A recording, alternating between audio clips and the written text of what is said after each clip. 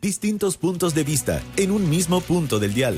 Por la 100.1, Lo que faltaba, con Juan Manuel Astorga, Paola Berlín y Matías de la Maza. Vamos a otros temas. Está con nosotros el decano de Ingeniería de la Universidad Diego Portales, expresidente de Metro, Luis de Grange. ¿Qué tal, Luis? ¿Cómo te va? Bienvenido, buenas tardes. Hola, Luis. Hola, jóvenes, ¿cómo están? Muy saludarles. Ay, no, muchas Entrevistado gracias todos los días, Luis de Grange. Listo. por lo de jóvenes. Listo. Luis de Grange, déjame partir preguntándote primero sobre cómo miras, todavía no es un anuncio, nadie lo ha confirmado, pero todo indica que probablemente en las próximas semanas el presidente Gabriel Boric sea quien confirme la extensión del metro hacia el aeropuerto de Santiago. La viabilidad y su viabilidad financiera también. Yo estoy expectante al aviso, confío en que el presidente Boric lo va a anunciar, sería su gran legado en este gobierno en materia de infraestructura de transporte. Este es un proyecto nuevo, en el sentido que han habido iniciativas anteriores. De hecho, había una presentada por privados que partía desde Pajarito, en línea 1, pero que tenía 12 kilómetros de largo, es decir, implicaba el doble de costos de infraestructura y el doble de material rodante, por lo tanto eso se refleja en el doble de costos de operación y de mantenimiento.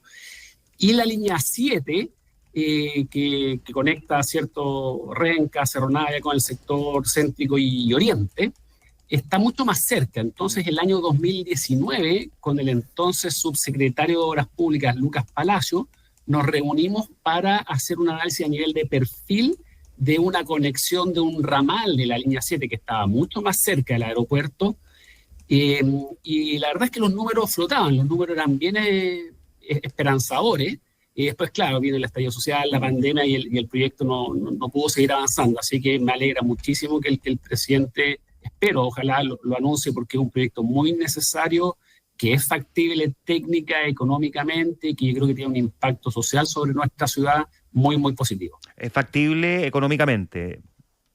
Así es un proyecto que tiene un costo aproximado de $300 millones. Nosotros habíamos calculado 260 en su momento, pero es del orden de magnitud. Hay una demanda que es importante, ya se recuperaron el nivel de viajes nacionales e internacionales pre-pandemia, incluso se superaron.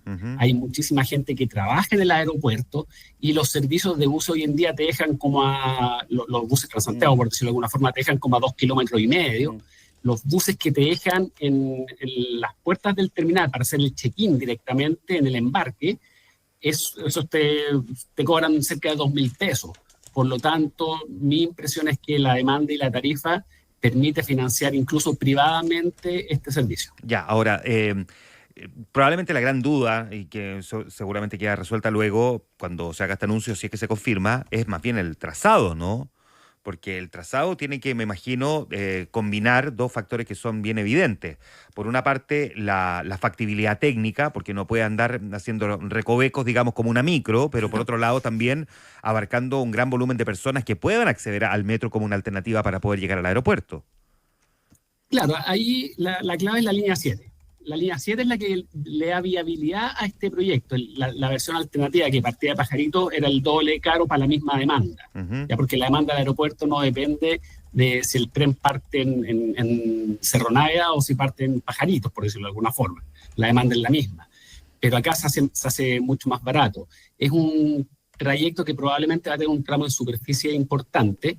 Este no es propiamente un servicio de transporte público urbano, es una conexión con el aeropuerto. Uno eventualmente podría incorporar alguna estación intermedia, por ejemplo en Mapocho con La Estrella, podría ser que en el centro de Cerro Navia, que podría tener algún impacto urbano de personas que se conecten no con el aeropuerto, sino con la línea 7. Eso podría ser, pero su foco principal es el aeropuerto, la conexión con el aeropuerto, y dejar a Santiago en una posición a nivel internacional. Santiago compite con Sao Paulo, con Buenos Aires, con Bogotá, con Lima. Por lo tanto, sería la primera ciudad en tener un metro o tecnología equivalente al aeropuerto, y eso yo creo que es tremendamente positivo. ¿Qué más? Pasemos ahora al tema del grabado de patentes. Mi tema favorito. No, porque yo creo que todos podemos estar de acuerdo en que un metro hacia el aeropuerto es súper necesario.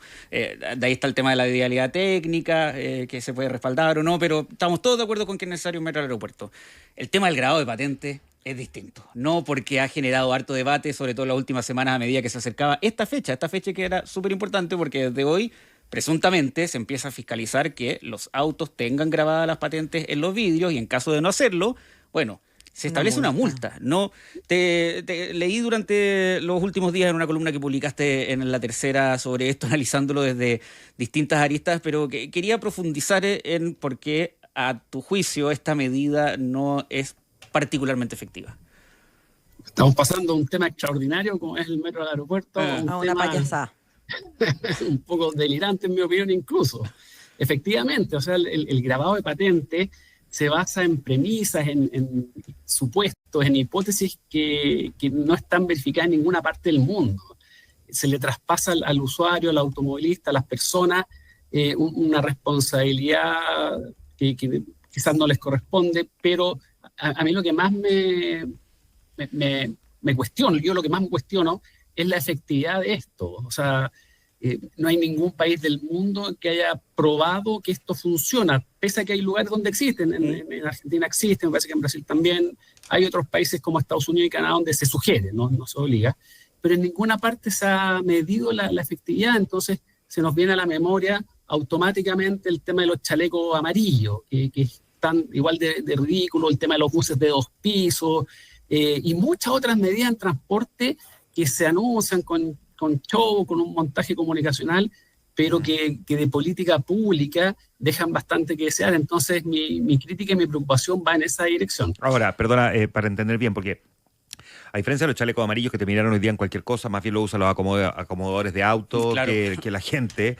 En el caso de los espejos particularmente, el robo de espejos se había convertido en un problema, digamos, frecuente, brutal. Hay lugares en los que simplemente uno no se puede estacionar. En el barrio Italia uno deja el auto a cualquier hora del día y te roban los espejos, en lugares del centro también. Y uno tiende a imaginar que un espejo con la patente grabada es un espejo que no se puede revender. Y uno podría imaginar que, por lo tanto, esa es una solución para tratar de acotar el robo, al menos de ciertos artículos de un vehículo, ¿no? La verdad es que es reversible el grabado, no es infalible. O sea, de hecho hay tecnologías que puedes revertirlo, que puedes cambiar el número de patente. Ah, es reversible, porque uno, como el espejo se gasta en el fondo con el grabado, uno pensaba que no tenía forma de ser reversible. Sí, pero hay químicos, hay pulidos para revertirlo, entonces tampoco es por ahí va la cosa. Si en verdad me parece que es bien delirante Acabo de perder mucha plata. Pero además, Acabo de perder mucha plata, gracias. Pero además, gracias, Luis. Luis, Juan Manuel y Matías, hay un tema que yo creo que es el central aquí, más allá de la pertinencia, digamos, técnica. Decía Luis que esto quizás no le corresponde a los usuarios. Yo le sacaría el quizás. Esto no le corresponde no nos corresponde a nosotros, salvo que nosotros queramos proteger nuestra propiedad así. Asimismo, si yo quisiera grabar, no tengo idea, mi anillo, mi reloj, cualquier otro bien preciado que yo tenga y que tema que se pierda. Pero ¿por qué el Estado me va a obligar a mí a proteger mi propiedad cuando el daño a mi propiedad solo me compete a mí? ¿O acaso el Estado me indemniza cuando me roban algo? No, pues. ¿Cierto? Efectivamente, Entonces, esa reflexión es súper atingente, en mi opinión.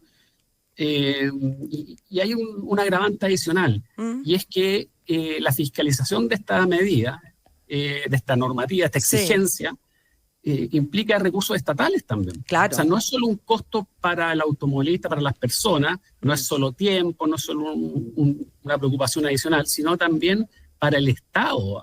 Uno veía las notas y Carabineros iba a cumplir un rol, los inspectores municipales, los mismos fiscalizadores del Ministerio de Transporte, o sea, como si no tuvieran temas que fiscalizar mucho más relevantes. Entonces, a mí la verdad es que es bastante inaceptable este tipo de políticas y no es la primera vez en el caso de transporte. Eso es lo que más llama la atención. ¿Y a qué lo atribuyes? Porque yo comparto contigo, ver a los carabineros fiscalizando esto es como ver a los inspectores de colegio fiscalizando que tuviéramos la ropa marcada en el colegio, que en el colegio se puede entender, ¿no es cierto? Pero cuando ya estamos grandes, problema nuestro será si perdemos las cosas. ¿A qué atribuyes tú que en esta área estemos como tan plagados de cosas con poca evidencia, que parecen como vistosas al marketing, pero que poco resultado y que además pueden resultar onerosas desde el punto de vista de las horas hombres dedicadas a la fiscalización? Yo creo que es la falta de proyectos concretos. O sea, tú ves, los grandes proyectos de metro son gestados por el metro. Sí. Los proyectos ferroviarios son de EFE. Los proyectos de infraestructura son del MOP. Este mismo caso, el metro al aeropuerto, es un trabajo conjunto entre la Dirección de Concesiones del MOP con Metro. Entonces, el Ministerio de Transporte básicamente está preocupado del subsidio, de las normas y de la fiscalización. Por lo tanto, está como al margen de los grandes proyectos que tiene Chile en temas de movilidad. Entonces, al final, como que suple ese déficit con anuncios mediáticos de este tipo, con los buses de 2 pisos, con el chaleco amarillo, estamos llenos de ciclovías vacías casi todo el día también, que no se evalúan, no se mide el flujo. Es decir, yo creo que hay una falta de proyectos reales de envergadura en materia de transporte que finalmente los impulsan a hacer este tipo de cosas más chicas y poco efectivas. Ahora, en ese sentido, Luis, ¿a tu juicio no valdría la pena tener un Ministerio de Transporte, o el Ministerio de Transporte es un tema de foco en su funcionamiento, lo que está haciendo de manera débil o que de momento no ha justificado su existencia? O sea, yo creo que la parte de telecomunicaciones debería pertenecer al Ministerio de Economía. O sea, no sé por qué está en transporte la Subsecretaría de Telecomunicaciones. Y la Subsecretaría de Transporte podría pertenecer perfectamente al MIMBO o al MOP. O sea, como ministerio, el Ministerio de Transporte no tiene razón de ser. Ya, pues, buena conversación con Luis de Granche esta tarde, mirando dos temas: la extensión eventual del metro al aeropuerto y también el grado de patente. Luis de Granche, decano de Ingeniería de la Universidad Diego Portales y expresidente de Metro. Gracias, Luis. Gracias, Luis. Que esté muy bien. Chao, Luis, un abrazo. 6:29 minutos.